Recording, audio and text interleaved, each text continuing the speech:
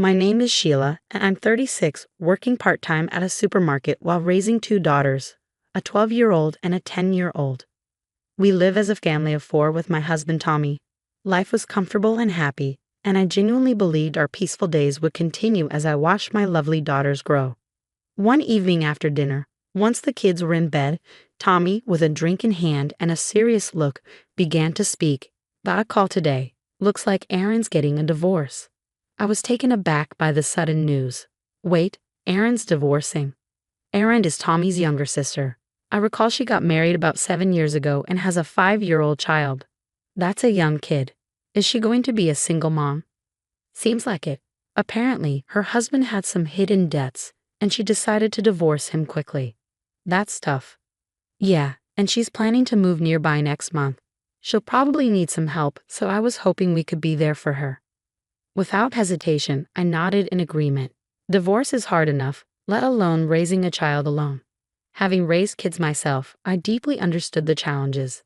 I genuinely wanted to help in any way I could. Let Erin know she can reach out anytime she needs something.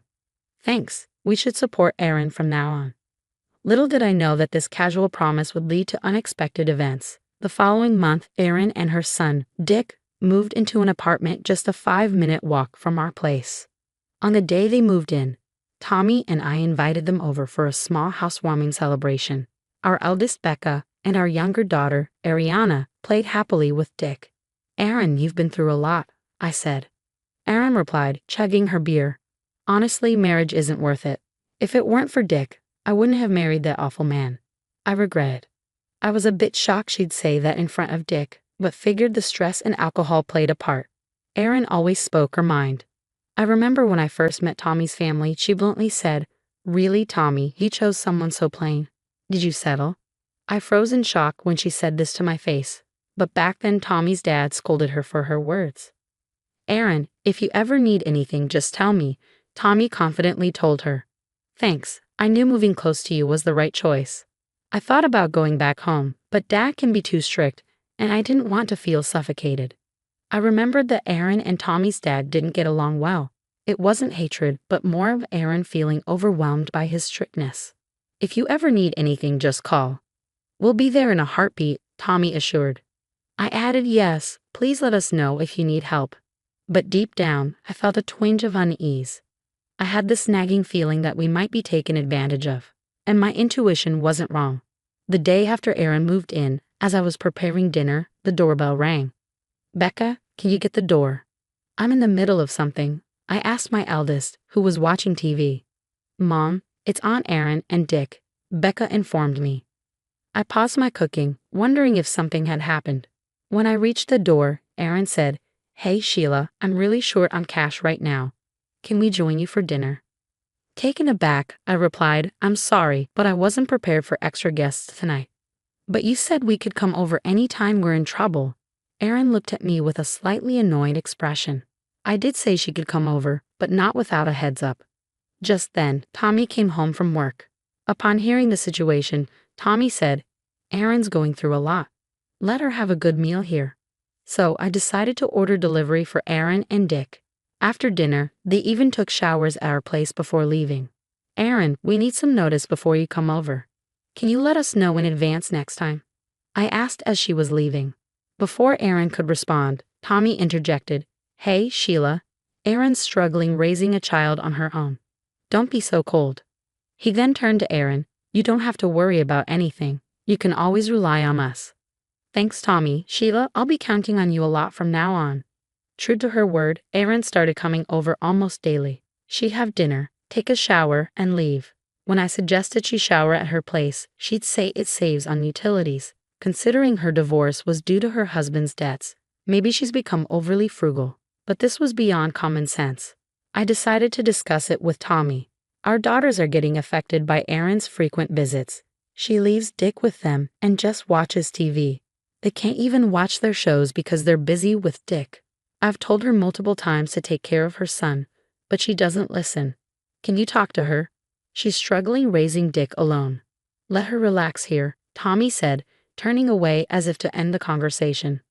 In the first place, it's Tommy's fault that she's doing whatever she wants in our house. I too was raising kids, but Tommy only acknowledged Aaron's struggles, taking my efforts for granted. Speaking of parenting, I'm raising kids every day too.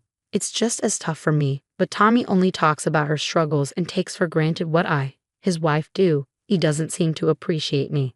Honestly, Tommy frustrates me. When I suggested to Tommy that, considering our daughters, we limit Aaron and her child's visits to just the weekends, Tommy reluctantly agreed, saying with a sour face, "You can be surprisingly unpleasant."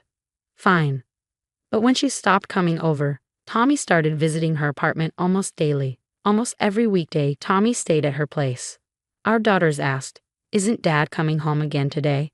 Did you two have a fight?" It's strange for a dad not to come home 5 days a week without a work reason. I couldn't take it anymore and called Tommy's cell. "Where are you right now?"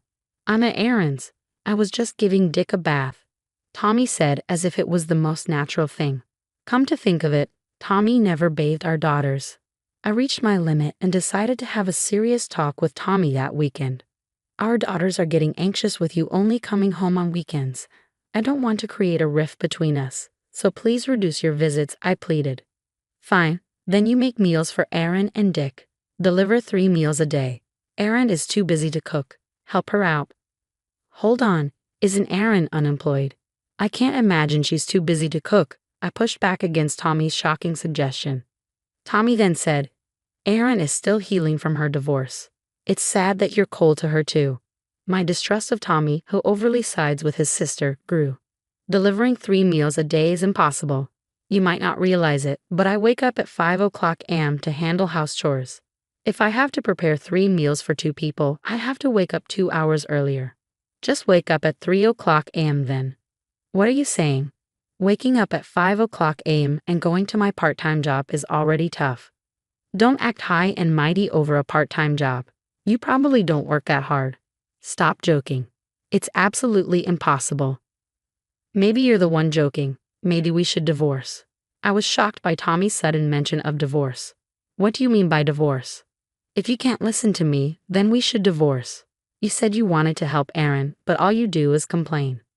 "That's cruel." "That's my line. You're the one relying too much on wanting to help. There's a limit to taking advantage. Shouldn't you respect someone you're close to?" That day, our conversation didn't resolve anything. The next day, Tommy declared to our daughters, "You two will support your aunt and Dick from now on. Your mom says she won't help because she's mean. But you two are different, right? Helping those in need is a given." Our daughters looked stunned by their father's outrageous statement. Becca and Ariana, "After school, go straight to your aunt's. Help with shopping and dinner. Don't come home until you finish helping." "Got it." I couldn't believe it. Was Tommy planning to use our daughters since I refused? Our daughters responded, "Dad, you're being weird. We don't understand. Mom, we're leaving." Even they couldn't agree with their father's absurd statement. Tommy told me, "Tell the girls too. Since you won't help Aaron, it can't be helped." What does he mean by "it can't be helped"? My anger reached its peak, and I came up with a plan. That day, I quickly changed my part-time job shift and visited Tommy's parents' home. "Oh, Sheila, what brings you here so suddenly?" "Sorry to bother you on your day off, father-in-law." I took a deep breath to calm myself, but tears started to flow. "What's wrong? Did something happen?" "Yes, something very hurtful and sad." I told father-in-law everything. Even though Aaron doesn't seem to think highly of father-in-law, I've always liked him because beneath his strict demeanor, he's genuinely kind. I thought he would understand, which is why I visited today. Father-in-law listened quietly to my entire story. "So that's what happened. I'm sorry for my foolish daughter's actions," he said, clearly angered on my behalf. "We can't let this continue. Leave it to me. I'll set them straight." His reassuring words brought a smile to my face. "You finally smiled," father-in-law said, looking at me kindly. "You looked so distressed when you arrived. I was worried. Now let's go." With renewed determination, I stood up. "Aaron, we're coming in." Father-in-law and I visited Aaron's apartment. "Oh, Dad, why are you here all of a sudden?" "What do you mean by why? And what's with this messy room? What do you do all day?" The room was a mess with trash everywhere. The bed was unmade, and there was a terrible smell, probably from food waste, in the sink. I wondered if she and Dick lived like this, but he wasn't there. "Where's Dick?"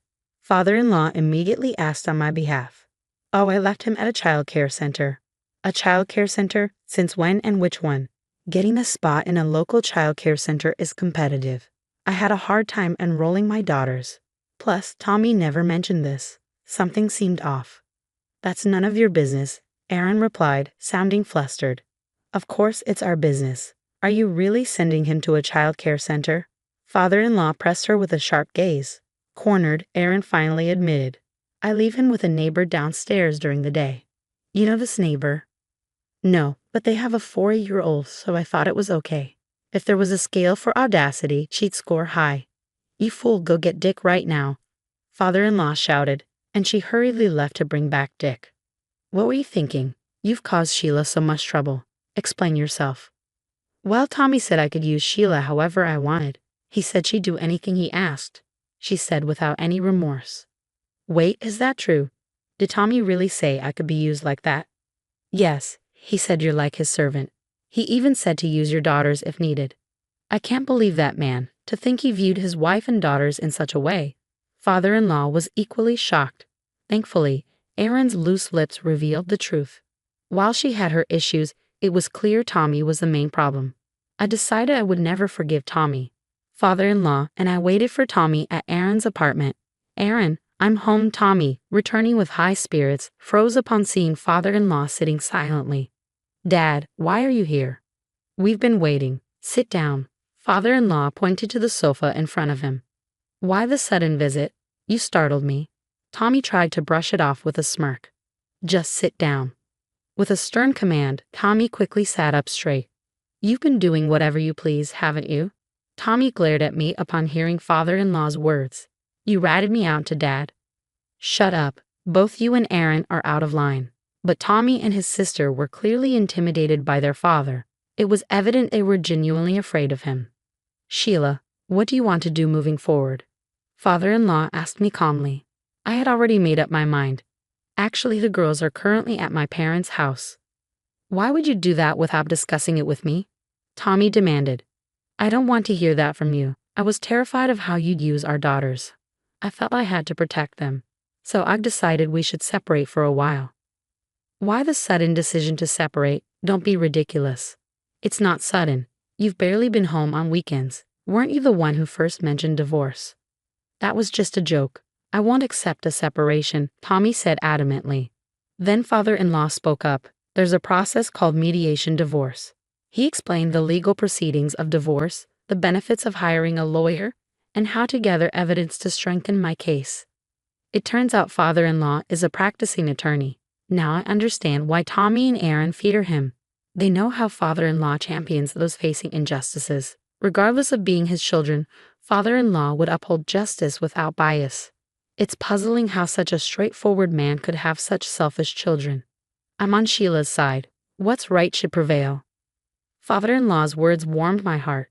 After a 3-month separation, Tommy and I divorced. I thought it would lead to mediation, but Tommy agreed after father-in-law's persuasion. I don't know what was discussed, but Tommy's words, I don't want to go against Dad, hinted at intense pressure. Tommy probably realized he stood no chance against father-in-law, a skilled attorney. It was a clear victory for father-in-law. I told Tommy, how does it feel to be bitten by your own dog? He just looked down, saying nothing. He probably always looked down on me. It's a bit sad to think about. After the divorce, Aaron lost the financial support she received from father-in-law. You can't always rely on others. If you need money, work for it. When you think of someone else, you can overcome any hardship. Father-in-law's words inspired her. Aaron started working part-time and is now raising Dick with determination. After the divorce, I changed jobs from part-time to full-time employment. I wanted to provide a better life for my daughters. It was challenging to find full-time employment initially, but that frustration drove me to improve my skills. I now see my divorce from Tommy as a blessing in disguise. I still have a good relationship with father-in-law. My daughters adore their grandfather, sharing their achievements and gifting him with things like music boxes they made at school. Father-in-law is irreplaceable to me. I cherish our relationship and feel fortunate to have such a respectable father-in-law by my side. I hope to be as admirable to my daughters as father-in-law is to me as I continue my journey in life.